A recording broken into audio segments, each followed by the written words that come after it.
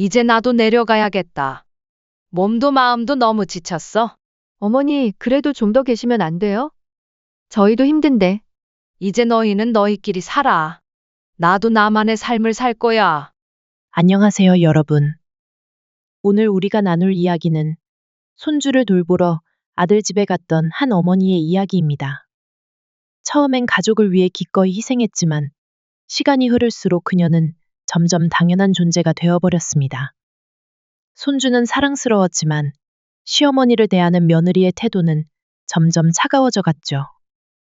가정부처럼 취급당하며 희생해야 했던 어머니, 그리고 그런 희생을 당연하게 여긴 아들과 며느리. 하지만 어머니는 결국 자신의 삶을 선택하기로 결심합니다. 그리고 마지막 순간, 그녀가 내린 결정은 누구도 예상치 못한 것이었죠. 당연한 희생은 없습니다. 누군가의 헌신을 이용하려 한다면 언젠가는 그 대가를 치르게 되겠죠. 과연 이 어머니의 이야기는 어떻게 흘러갔을까요? 지금부터 함께 들어보시죠. 안녕하세요. 저는 올해로 70을 넘긴 평범한 시골 할머니입니다. 남편과 함께 작은 농사를 지으며 살고 있고 두 남매를 키워냈습니다. 이제는 아이들도 다 커서 각자의 가정을 이루고 살아가고 있죠. 아들은 서울에서 직장을 잡아 결혼했고 딸은 남편을 따라 다른 도시에서 생활하고 있습니다.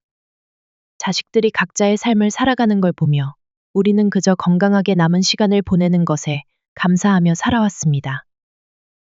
그러던 어느 날 아들네 집에서 전화가 걸려왔습니다.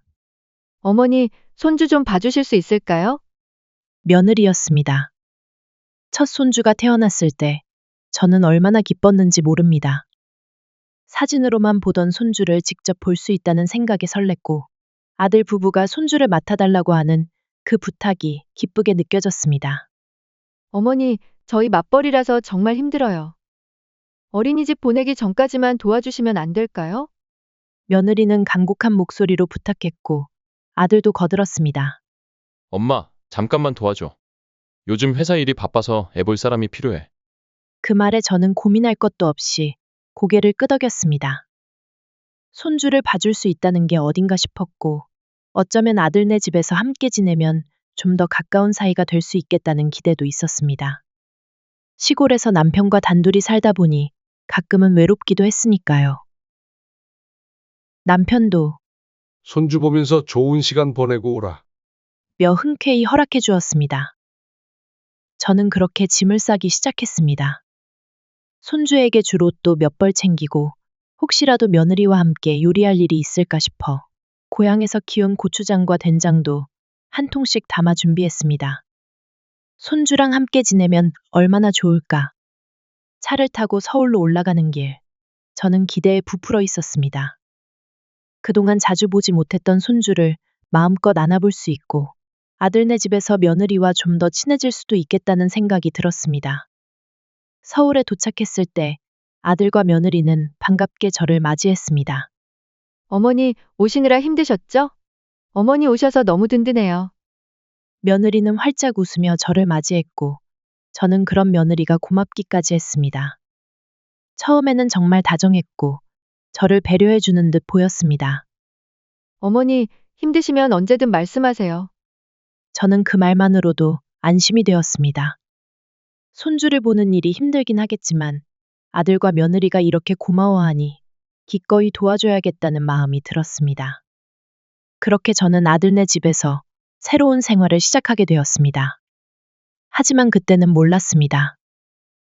이게 단순히 손주를 돌보는 일이 아니라 점점 저를 가정부처럼 취급하는 생활의 시작이 될 줄은요.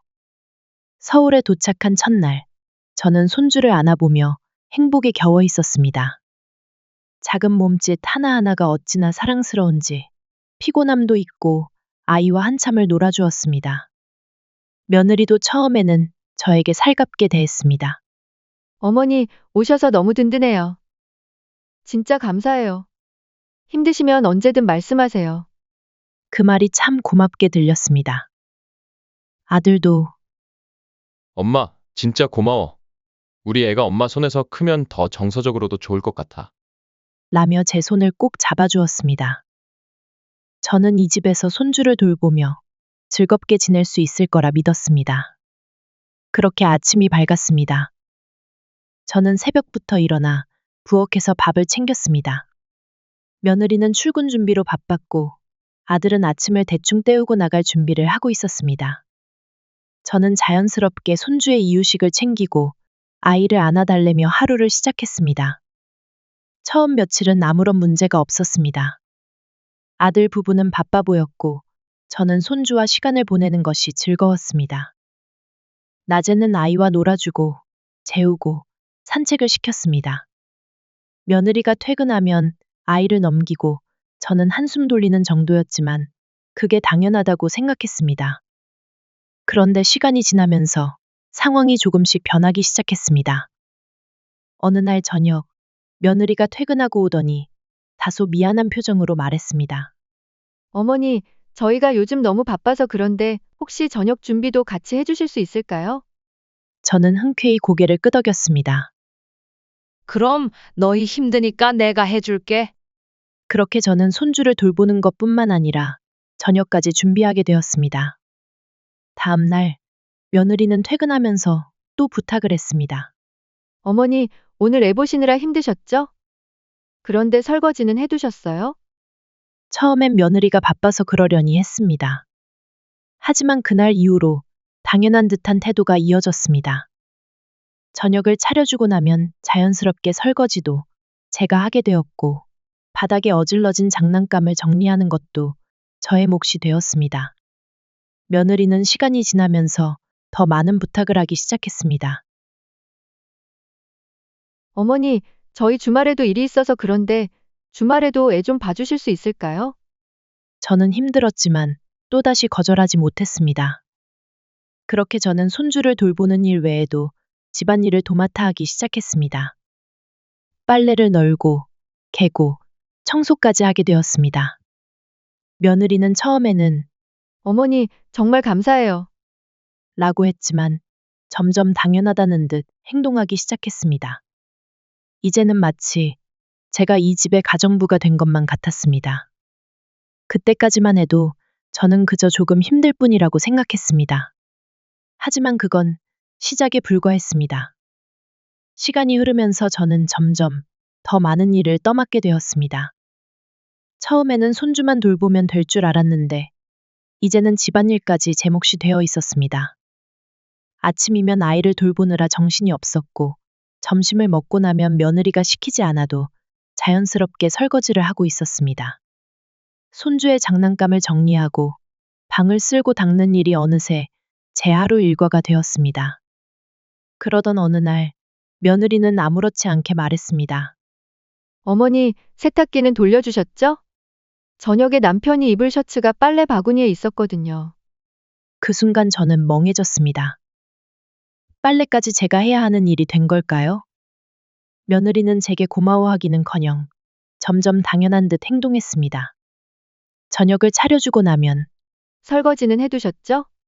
라고 묻고 청소가 덜 되어 있으면 오늘 좀 바쁘셨나 봐요.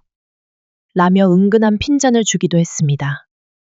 처음에는 아들에게라도 말을 해볼까 했지만 그는 늘 바쁘다는 핑계로 대화조차 나누기 힘들었습니다.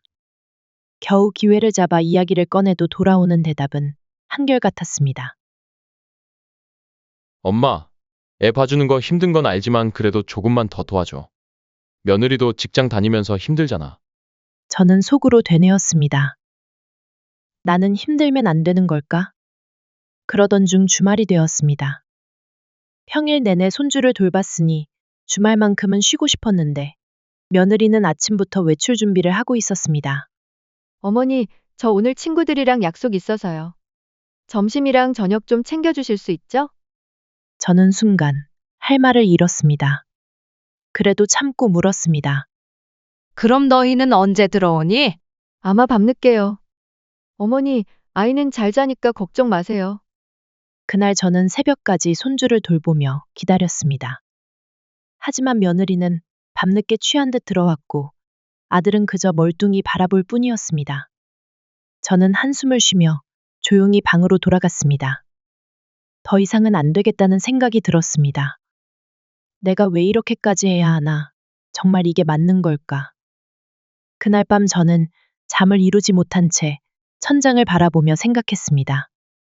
이제 내려가야겠다. 그날 밤 저는 잠을 이루지 못했습니다. 마음속에서 온갖 생각이 들끓었습니다. 서울에 올라올 때만 해도 손주를 돌보면서 행복한 시간을 보낼 거라 생각했는데, 이제는 저 자신이 무슨 존재인지도 모르겠다는 기분이 들었습니다. 아침이 밝자마자 저는 조심스럽게 아들에게 이야기를 꺼냈습니다. 엄마가 요즘 너무 힘들다. 밤낮으로 애를 보느라 몸이 따라주질 않아. 아들은 스마트폰에서 시선을 떼지도 않은 채 무심하게 대답했습니다. 엄마, 애 봐주는 게 그렇게 힘드세요? 엄마도 나 키우셨잖아. 그 말에 가슴이 덜컥 내려앉았습니다. 그래, 나도 너를 키웠지. 하지만 그땐 젊었고 남편과 함께 도와가며 키웠다. 그런데 지금 나는 늙었고 손주 돌봄은 온전히 내 몫이었다. 저는 간신히 감정을 추스르며 말을 이었습니다. 내가 바쁜 거 안다. 그런데 며느리도 너무 당연하다는 듯 하니까 엄마가 서운해서 그래. 그러자 아들은 한숨을 쉬며 말했습니다. 엄마, 며느리도 회사 다니면서 힘들어. 엄마가 좀만 이해해줘. 그 말에 더 이상 무슨 말을 해야 할지 모르겠더군요. 이해해달라는 말뿐 제 마음을 헤아려 주진 않았습니다. 며느리는 더 기가 막혔습니다. 저녁 준비를 마치고 설거지를 하려던 제게 그녀는 싱긋 웃으며 말했습니다. 어머니, 그래도 손주 보는 게 제일 행복한 거 아니세요? 애 보면서 힘들긴 해도 그래도 보람 있잖아요. 그 말이 제겐 너무나 서운하게 들렸습니다. 힘든 게 당연하다는 듯한 그 말투. 마치 제가 힘들다고 하면 이상한 사람이 되는 듯한 분위기. 그날 밤 저는 남편에게 전화를 걸었습니다. 나 그냥 내려갈까 봐. 여긴 내 자리가 아닌 것 같아. 남편은 잠시 침묵하더니 이렇게 말했습니다. 내려와. 더 고생하지 말고. 그 한마디에 저는 참았던 눈물을 흘리고 말았습니다. 남편과의 통화 이후 저는 내려갈 결심을 했습니다. 하지만 그냥 내려가면 아들네와의 관계가 완전히 멀어질 것 같아 조금 더 버텨보기로 했습니다. 적어도 손주가 어린이집에 갈 때까지만이라도. 하지만 상황은 점점 더 나빠졌습니다. 어느 날 저녁, 며느리는 피곤한 얼굴로 퇴근하며 말했습니다. 어머니, 오늘 반찬 좀 만들어 주셨죠? 제가 너무 바빠서요. 저는 애써 미소를 지으며 고개를 끄덕였습니다. 하지만 그날 이후 반찬을 만드는 일이 자연스럽게 제 일처럼 굳어졌습니다. 처음엔 가끔 부탁하더니 이제는 당연한 듯 요구했습니다. 하루는 청소를 하다가 몸이 너무 피곤해서 잠깐 쉬고 있는데 며느리가 퇴근하고 집에 들어오더니 바닥을 한번 훑어보며 말했습니다. 오늘은 청소 안 하셨나 봐요? 바닥이 좀 먼지 쌓였네요. 그 말에 가슴이 덜컥 내려앉았습니다. 내가 이 집에서 일하는 사람이었나? 손주를 돌보는 것도 힘든데 이제는 집안일까지 당연하게 생각하는 며느리의 태도에 서러움이 밀려왔습니다. 아들에게도 다시 한번 말을 꺼냈습니다. 엄마가 좀 힘들어서 그런데 집안일은 너희가 좀 도와주면 안 되겠니? 하지만 아들의 대답은 달라지지 않았습니다. 엄마, 애 보느라 힘든 거 아는데 그래도 며느리도 고생하잖아. 조금만 더 도와줘. 그날 저는 깨달았습니다. 아들은 며느리의 고생은 알아주지만 제 고생은 당연하게 생각한다는 걸요. 며느리의 태도도 더욱 당연하다는 듯 변해갔습니다. 이제는 부탁이 아니라 명령처럼 느껴지는 말투가 되었습니다. 어머니, 이건 이렇게 해주세요. 이제부터는 저녁도 좀 더 다양하게 만들어 주실 수 있죠? 저는 더 이상 참을 수 없었습니다. 며느리가 저를 가정부처럼 여기고 있다는 사실이 뼈저리게 와닿았습니다. 그러던 어느 날 남편에게 다시 전화를 걸었습니다. 나 진짜 이번엔 내려갈래. 남편은 한숨을 쉬며 말했습니다. 그래, 더 이상 참고 살지 마. 이제 그만하고 내려와. 그날 밤 저는 짐을 정리하기 시작했습니다. 짐을 싸면서도 한참을 고민했습니다. 이대로 내려가 버리면 손주를 볼 기회도 줄어들 것이고 아들과의 관계도 어색해질 것이 뻔했습니다. 하지만 제 마음이 이미 너무 많이 지쳐 있었습니다. 더 이상 이곳에서 버틸 자신이 없었습니다. 그러던 중 남편에게 다시 전화를 걸었습니다. 나 정말 가야겠어. 더는 못 있겠어. 남편은 긴 한숨을 쉬더니 조용히 말했습니다. 그래. 이제 그만하고 와. 내가 기다리고 있을게. 그 말을 듣는 순간 눈물이 왈칵 쏟아졌습니다. 다음 날 아침 아들에게 조심스럽게 말을 꺼냈습니다. 엄마가 이제 좀 내려가야 할 것 같다. 아들은 깜짝 놀란 얼굴로 물었습니다. 엄마, 갑자기 왜 그러세요? 우리 애 어린이집 가려면 아직 좀 남았잖아요. 저는 애써 미소를 지으며 말했습니다. 엄마도 이제 나이가 드니까 너무 힘들어. 너희도 이제 스스로 잘할 수 있을 거야. 그제야 며느리가 나섰습니다. 어머니, 그래도 좀 더 계시다 가시는 게 어떠세요? 저희도 많이 의지하고 있는데. 그 말에 저는 속으로 헛웃음이 나왔습니다. 이제 와서? 아니야. 이제 우리도 우리 삶을 살아야지. 짐을 싸고 마지막으로 손주를 꼭 안아주었습니다. 아이는 해맑게 웃으며 저를 바라봤습니다. 손주에게는 아무런 잘못이 없었기에 더욱 마음이 아팠습니다. 그렇게 집을 나서는데 아들은 마지막까지 아쉬운 얼굴로 말했습니다. 엄마, 그래도 자주 연락하세요. 하지만 저는 이미 마음을 굳혔습니다. 이젠 나를 필요로 할 때만 찾는 사람들에게 기대지 않기로. 고향으로 내려가는 버스에 몸을 실으며 저는 혼잣말을 했습니다. 이럴 줄 알았으면 처음부터 오지 말걸. 버스 창밖으로 스쳐가는 서울의 풍경을 바라보며 마음 한구석이 서늘하게 식어갔습니다. 고향 집에 도착하자마자 남편이 마당에서 저를 반겼습니다. 한동안 그립던 남편의 얼굴을 보니 마음이 편안해지는 듯 했습니다. 하지만 한편으로는 허탈함과 씁쓸함이 밀려왔습니다. 방에 들어와 짐을 정리하면서 문득 몇 년 전 딸과 사위의 부탁으로 손주를 봐주던 시절이 떠올랐습니다. 그때도 지금처럼 아이를 봐달라는 부탁을 받았지만 느낌은 너무나 달랐습니다. 엄마, 저희가 이렇게 부탁드려도 될까요? 엄마 힘드시면 안 하셔도 돼요. 딸과 사위는 조심스럽게 저희에게 도움을 요청했습니다. 저희는 기꺼이 도와주기로 했습니다. 하지만 아들네 집과는 달리 딸과 사위는 항상 저희에게 고마워하며 배려해 주었습니다. 아침이면 사위가 저보다 먼저 일어나 따뜻한 차를 내주었고 딸은 엄마, 힘들면 말씀하세요. 저희가 최대한 빨리 올게요. 라며 늘 신경 써주었습니다. 심지어 매달 용돈도 챙겨주면서 엄마, 아빠 덕분에 우리가 안심하고 일할 수 있어요. 라며 진심으로 감사를 표했습니다. 주말이면 직접 요리를 해서 저희를 대접했고 장도 사오며 지난번에 이거 장모님 맛있게 드시더라고요. 제가 또 만들어 드릴 테니까 쉬고 있으세요.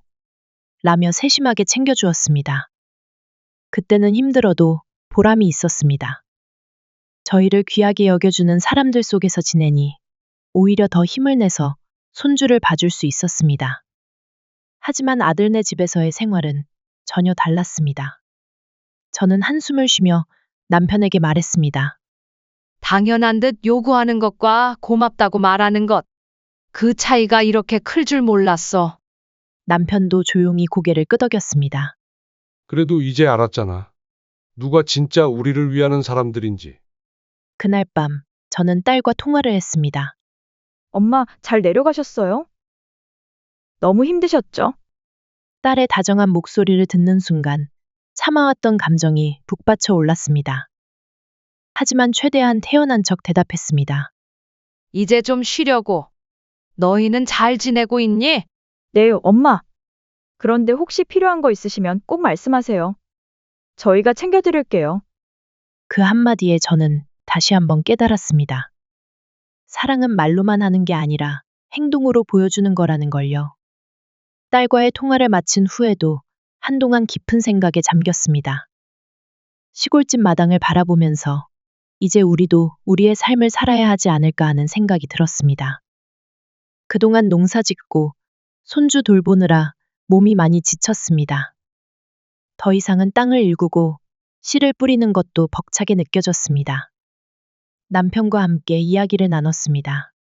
이제 농사 그만 지어도 되지 않을까? 몸도 힘들고 우리도 이제 좀 편히 살아야지. 남편은 처음엔 조용히 듣고 있더니 이내 고개를 끄덕였습니다. 나도 같은 생각이었어. 이제 우리가 쉴 때가 된 거지. 우리는 가지고 있던 땅을 처분하기로 마음먹었습니다. 시골 땅값이 많이 올랐다고 하더군요. 부동산에 문의해보니 우리가 가진 땅을 팔면 10억 정도 받을 수 있다고 했습니다. 그 돈이면 남은 여생을 편안하게 살 수 있겠다는 생각이 들었습니다. 하지만 문제는 그 돈을 어떻게 분배할 것인가였습니다. 아들과 딸이 모두 부모의 자식이긴 하지만 그동안 누구에게 더 따뜻함을 받았는지 돌아보게 되었습니다. 딸과 사위는 부모를 진심으로 대했고 늘 고마워하며 작은 것도 챙겨주었습니다. 반면 아들은 당연하게 여겼고 며느리는 부모를 가정부처럼 대했습니다. 똑같이 나눠줄 필요가 있을까? 남편도 저의 생각에 동의했습니다. 맞아. 누가 우리를 챙겨줬고, 누가 우리를 이용했는지 이제 확실히 알았잖아. 결국 우리는 결정을 내렸습니다. 딸에게 그래도 많이 주고 아들에게는 조금만 주기로. 남편과 함께 변호사를 찾아가 증여 절차를 준비했습니다. 이 모든 과정이 끝나면 아들과 며느리는 크게 놀라겠지만 이건 우리 삶을 위한 결정이었습니다. 더 이상은 당연하게 여겨지지 않기로, 우리를 진심으로 챙겨준 사람에게 보답하기로. 며칠 후 우리는 아들과 딸을 모두 불러 중요한 이야기가 있다며 만나자고 했습니다. 아들은 별다른 의심 없이 가벼운 마음으로 자리에 나왔고, 딸은 평소처럼 조용히 우리를 바라보며 기다렸습니다. 나는 남편과 눈빛을 주고받은 후 조용히 입을 열었습니다. 이 땅을 정리해서 재산을 나눠주려고 한다. 그런데 너희들에게 똑같이 줄 순 없겠더라. 아들은 당연히 반반 나눠받을 거라 생각하며 고개를 끄덕였습니다. 당연히 공평하게 나누시는 거죠? 물론 보통 아들이 조금 더 받기는 한다지만. 나는 단호하게 고개를 저었습니다. 아니다. 우선 딸에게 먼저 반을 떼줄 거고, 나머지는 엄마 아빠 살아가는데 쓰려고 한다. 너네는 나중에 보고 줄 수 있으면 주마. 아들과 며느리의 표정이 순간 굳어졌습니다. 어머니, 그게 무슨 말씀이세요? 우리가 누굴 더 챙겼다고 이렇게 차별하세요? 나는 조용히 웃으며 말했습니다. 우리도 사람인지라 누가 진심으로 우리를 챙겨줬는지 기억이 남더라. 우리한테 가정부 취급한 대가는 치러야지 않겠냐? 며느리는 당황해서 급히 변명을 늘어놓았습니다. 어머니, 저희가 그런 의도가 아니었어요. 죄송해요. 다시 잘할게요. 하지만 나는 단호했습니다. 잘하기는 이미 끝났어. 아들은 어쩔 줄 몰라 하며 다급하게 말했습니다. 어머니, 그래도 저희 아무것도 안 준다는 게 말이 돼요? 형평성에 맞게 다시 생각해 주세요. 나는 냉정하게 대답했습니다. 내가 우리를 어떻게 대했는지 생각해봐. 그리고 아무것도 안 준다는 게 아니라 나중에 보고 줄 수 있으면 준다니까. 결국 땅을 판 돈 중 딸에게 5억을 상속해줬고, 아들에게는 아직 한 푼도 주지 않았습니다. 며느리는 마지막까지 이건 너무하다 고 불만을 터뜨렸지만 나는 더 이상 신경 쓰지 않기로 했습니다. 이제 너희는 너희끼리 살아. 우리도 우리만의 삶을 살 테니. 그렇게 저는 후회 없이 돌아서고 남은 여생을 편안하게 살기로 결심했습니다. 남편과 함께 차를 마시며 저는 조용히 웃었습니다. 물론 이것이 자식에 대한 복수라고 생각하지 않습니다. 자식에 대한 가르침을 준 것이라고 생각합니다. 세상엔 당연한 것도 없고 고마움을 알고 살아야 한다는 것을요.